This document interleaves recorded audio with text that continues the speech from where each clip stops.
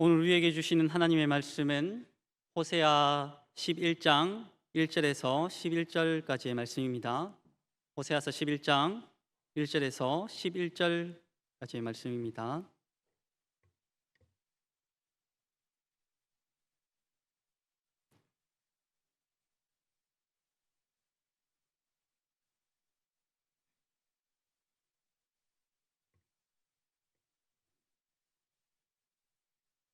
말씀을 한 절씩 교독하도록 하겠습니다. 이스라엘이 어렸을 때 내가 사랑하여 내 아들을 애굽에서 불러냈거늘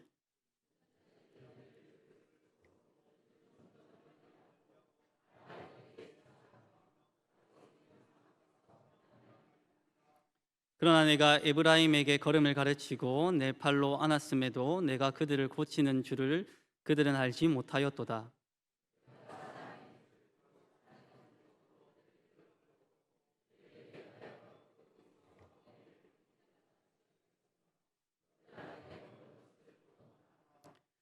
그들은 애굽 땅으로 되돌아가지 못하겠거늘 내게 돌아오기를 싫어하니 아수르 사람이 그 임금이 될 것이라.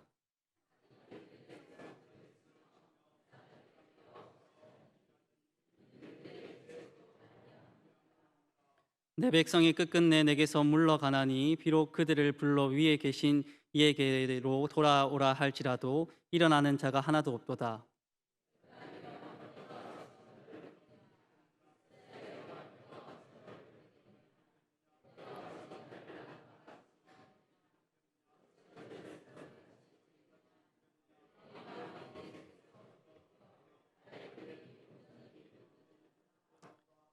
내가 나의 맹렬한 진노를 나타내지 아니하며 내가 다시는 에브라임을 멸하지 아니하리니 이는 내가 하나님이요 사람이 아님이라. 내 가운데 있는 거룩한 이는 진노함으로 내게 임하지 아니하리라.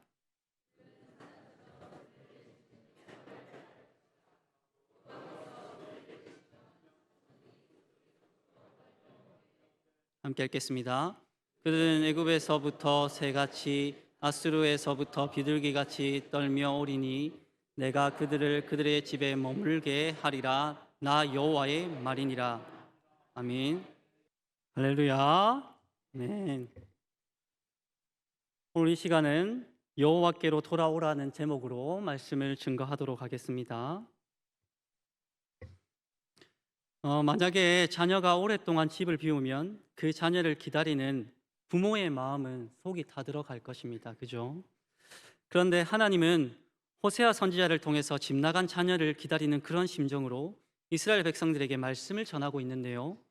특별히 호세아서 11장에서는 하나님의 가슴 아픈 사랑을 이스라엘 백성들에게 전파하고 있습니다.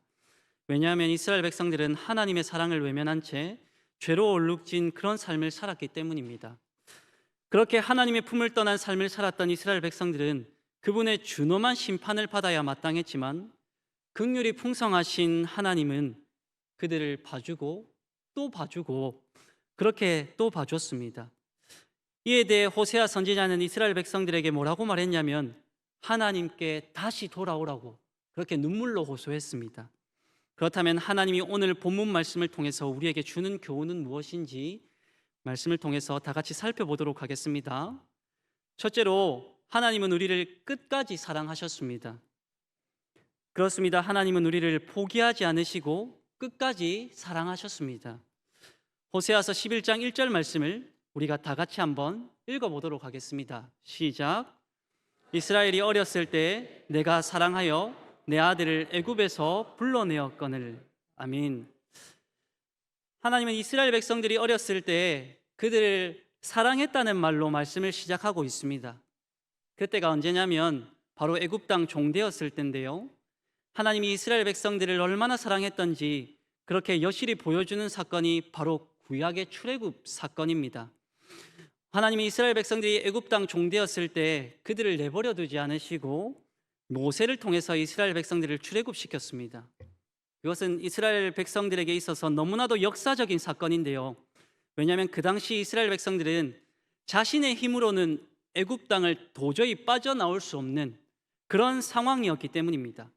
그런데 이스라엘 백성들이 애굽을 빠져나올 수 있었던 것은 그야말로 하나님의 전적인 은혜였던 것이죠.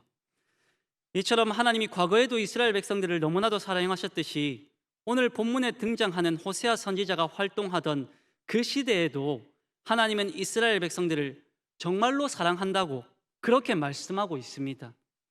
그런 하나님의 사랑을 그들의 백성들에게 말씀하고 있는데, 정작 이 이스라엘 백성들은 하나님께 어떤 태도를 취했냐면 항상 불순종하는 그런 태도로 하나님을 멀리했습니다. 하나님이 이스라엘 백성들에게 가까이 다가가면 다가갈수록 언제나 그들은 하나님으로부터 두세 발짝 물러나면서 늘 엉뚱한 곳만 바라봤습니다. 그러한 이스라엘 백성들의 태도가 오늘 본문에서도 여실히 드러나고 있는데요, 호세아서 11장 2절 말씀에서는 이렇게 말씀하고 있습니다. 우리가 11장 2절 말씀을 다 같이 한번 읽어보도록 하겠습니다. 시작. 선지자들이 그들을 부를수록 그들은 점점 멀리하고 바알 신에게 제사하며 아로새긴 우상 앞에서 분향하였느니라. 아멘. 이처럼 하나님께서는 이스라엘 백성들에게 다가가면 다가갈수록 그들은 왠지 모르게 길을 쓰고 하나님을 멀리했습니다. 그래서 하나님은 혹여나 이스라엘 백성들에게 주님의 말씀을 전하는 선지자를 보내면 자신의 마음을 알아주지는 않을까 하는 그런 마음에 호세아 선지자를 보냈지만 그들은 여전히 하나님을 외면하고 멀리했습니다. 이스라엘 백성들은 마치 하나님을 처음부터 몰랐던 것처럼 그렇게 주님을 외면했던 것이죠. 그런 주님의 모습을 지켜봐야 했던 그 하나님의 마음, 이 하나님의 마음은 어땠을 것 같습니까? 아마도 제가 생각했을 때는 너무나도 착잡한 마음이 들었을 것 같습니다. 그것은 마치 사춘기 자녀를 둔 부모의 심정과 같을 것입니다. 대부분 사춘기 자녀를 둔 부모라면 어떻게 해서든지 자녀에게 그 부모들은 다가가려고 애쓰는데 정작 그 자녀들은 그런 부모의 마음을 몰라주곤 하죠. 그리고는 늘 엉뚱한 데 가서 부모가 주는 사랑을 채우려고 합니다. 어떨 때는 친구들일 것이고 또 어떨 때는 매체일 수도 있을 것이고 또 다른 그 무엇인가에 대한 사랑으로 그렇게 부모의 사랑을 대체하려고 합니다. 그런 자녀를 둔 부모라면 얼마나 답답하겠습니까? 지금 하나님의 심정이 딱 그러합니다. 주님이 아무리 애를 써봐도 이스라엘 백성들은 그런 하나님의 진심을 몰라주고 있습니다. 그렇게 이스라엘 백성들은 하나님을 철없이 대하고 있는 것이죠. 그렇게 이스라엘 백성들이 점점 하나님을 멀리하게 되자 그들의 나라는 점점 죄악으로 물들게 되는데요, 그 당시 북이스라엘 백성들은 어떤 상태였냐면, 그 나라가 어떤 상태였냐면 부족한 것 하나 없는 그런 시대를 살아가고 있는 호화로운 상황이었지만 내부적으로는 우상 숭배와 음란이 판을 치는 영적 암흑 시대를 살아가고 있었습니다. 그로 인해 하나님의 백성들은 주의 말씀을 멀리하게 되었고 하나님을 찾지도 않았으며 그렇게 하나님을 점점 떠나버리게 되었던 것입니다. 그 결과 하나님이 아닌 다른 우상을 최고의 가치로 여기게 되었던 것이죠. 그런 마음이 이스라엘 백성들에게 자리 잡게 되었습니다. 어쩌면 우리도 세상을 살아가면서 우리의 영을 병들게 하는 그런 죄를 짓고 있지는 않는지 한번 돌아볼 필요가 있습니다. 우리의 영적 상태가 어떠한지 한번 돌아볼 필요가 있다는 것이죠. 왜냐하면 우리가 살아가는 시대는 최첨단을 달리고 있기 때문입니다. 그로 인해 오늘날 우리의 이성과 합리적인 사고가 중시되면서 하나님의 절대 가치가 점점 무너지고 있는데요, 그런 어떤 시대 속에서 우리는 과연 하나님을 제대로 믿고 있는가 한번 돌아볼 필요가 있다는 것이죠. 그뿐 아니라 물질 만능주의가 판을 치는 그런 시대를 우리는 살아가고 있습니다. 이러한 세상적인 가치관이 어디까지 침투하고 있냐면 교회까지, 오늘날 하나님을 중심으로 살아가야 할 교회까지 침투하고 있습니다. 그러다 보니 교회에서도 하나님보다 인간의 이성과 물질이 최고라고 여기는 그런 세상을 우리가 살아가고 있다는 것이죠. 그러나 이런 시대적인 풍조 앞에서 우리가 꼭 기억해야 할 사실이 뭐냐면 세상적인 가치관이 최고라고 여기는 그러한 것을 최고라고 여기는 것이 아니라 우리는 하나님께 영광 돌리는 그러한 삶이 최고라고 말할 수 있어야 할 것입니다. 그것이 주님 앞에서 올바른 신앙인이 지녀야 할 자세인 줄 믿습니다. 여러분 모두 그런 어떤 하나님이 최고라고 여기는 그러한 그러한 마음과 그리고 그러한 가치관을 지니시는 우리 모두 수정로교회 성도님들 다 되시길 간절히 소망합니다. 둘째로 하나님은 우리를 끝까지 포기하지 않으십니다. 그렇습니다. 하나님은 우리를 결코 포기하지 않으십니다.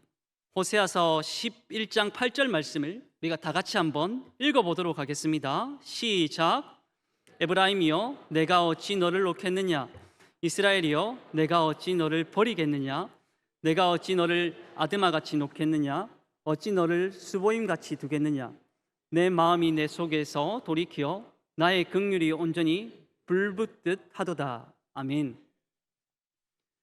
호세아 11장 8절 중반절 말씀에 등장하는 이 아드마와 스보임 지역은 소돔과 고모라가 멸망했을 때 그와 함께 멸망했던 이 주변 지역이었습니다. 그런데 하나님께서 그곳을 두고 뭐라고 말씀하시냐면, 과거에 불로 심판했던 소돔과 고모라 지역보다 그곳에서 저질렀던 죄악이 더 크다고 할지라도 하나님께서는 이번만큼은 이제 불로 심판하지 않겠다고 말씀하고 있습니다.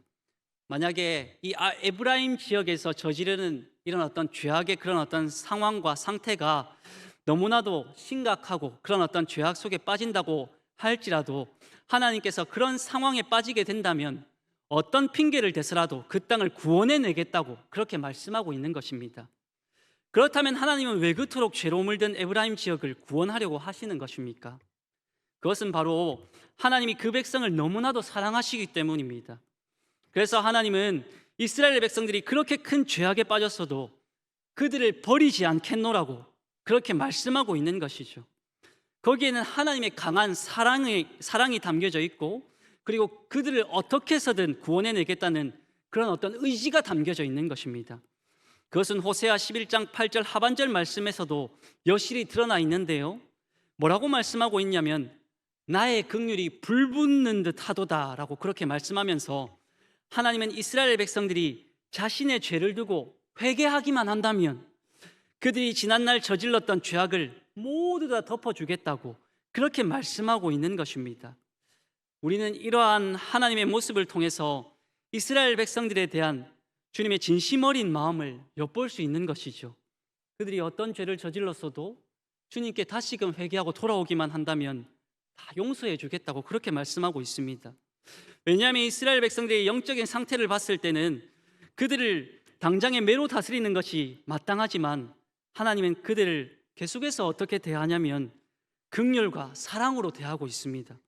이처럼 하나님은 이스라엘 백성들의 죄악이 아무리 커도 자신의 백성들에게 긍휼을 베푸시는 그러한 하나님이시라는 것입니다. 우리는 그러한 하나님의 마음을 10분 헤아릴 필요가 있다는 것입니다. 그렇게 주님 앞에 나아갈 필요가 있다는 것이죠. 그런데 여기서 너무나 슬픈 현실이 뭐냐면, 그러한 하나님의 사랑을 이 이스라엘 백성들은 그 당시로서는 원치 않았습니다. 그렇게 하나님은 무한한 사랑으로 이스라엘 백성들에게 그토록 쏟아부었지만 정작 이스라엘 백성들은 하나님의 말씀이 무엇인지, 그들에게는 그 말씀이 뭔지 들리지 않았고, 그리고 그들은 이제 하나님의 말씀에 귀 기울이지도 않았습니다. 그럼에도 불구하고 하나님은 어떻게 하십니까? 호세아 선지자를 통해서 이렇게 말씀하고 있습니다. 너는 나의 마음을 외치라 라고 그렇게 말씀하고 있습니다. 그 당시 그 누구도 하나님께 귀 기울이지 않는 그런 시대 속에서 하나님은 그 누구도 듣지 않는다고 해도 이 호세아 선지자를 통해서 뭐라고 말하고 있냐면, 너만큼은 나의 마음을 그 땅 가운데 외치라 라고 그렇게 말했던 것입니다. 여호와께 돌아오라 라고 그렇게 외치라라고 말했던 것이죠. 그래서 그 가운데서 호세아 선지자가 그렇게 외로이 외쳤습니다. 여러분, 이러한 하나님의 일방적인 사랑이 어찌 보면 너무나도 슬프지 않습니까? 그런데 안타까운 현실은 뭐냐면, 그러한 호세아 선지자의 말씀이 선포되어지는 가운데서도 이스라엘 백성들은 그 말씀이 계속해서 선포되어지지만 아무도 주께 반응하지 않았습니다. 그 누가 돌아왔냐면 돌아오지 않았다는 것이죠. 반응하지 않는 시대 속에서 하나님께서는 선지자를 세우시고 그 속에서 말씀을 선포하게 하셨습니다. 하나님은 오늘 살아가는 우리들에게도 어쩌면 이 호세아 선지자가 선포했던 그러한 말씀을 우리들에게도 선포하고 있는지도 모릅니다. 그러한 말씀이 계속해서 선포되어지는 가운데 우리는 어떻게 반응해야 되냐면 하나님의 말씀을 듣고 겸허하게 반응해야 되는 줄 믿습니다. 우리는 오히려 예전에 경험했던 하나님의 그 은혜를 다시금 상기해야 할 것입니다. 그리고 그 은혜 앞에 다시금 나아가서 하나님의 뜻은 무엇인지 기억해야 될 것이며 포기하지 않고 우리를 부르시는 그 은혜 앞에 엎드려야 할 것입니다. 이러한 하나님의 부르심을 들으시고 그 부르심에 응답하시는 우리 모든 수종로교회 성도님들 다 되시길 간절히 소망합니다. 그때 하나님께서는 여러분에게 예비하신 은혜와 크신 은혜를 부어주실 줄 믿습니다. 그것을 꼭 기억하시기를 소망합니다. 셋째로 하나님은 어두운 현실 속에서도 복음을 증거하십니다. 호세아 11장 9절 말씀을 우리가 다 같이 한번 읽어보도록 하겠습니다. 시작. 내가 나의 맹렬한 진노를 나타내지 아니하며 내가 다시는 에브라임을 멸하지 아니하리니 이는 내가 하나님이요 사람이 아님이라. 내 가운데 있는 거룩한 이는 진노함으로 내가 임하지 아니하리라. 아멘.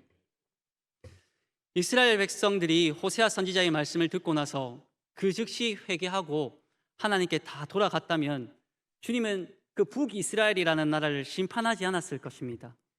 그러나 이스라엘 백성들이 호세아 선지자가 증거했던 그 말씀을 듣고도 회개하지 않자 이제 하나님께서는 이 나라를 어떻게 하시냐면 훗날 아수르라는 제국을 일으켜서 그 나라를 결국 심판하시고 멸망당하게 하시죠.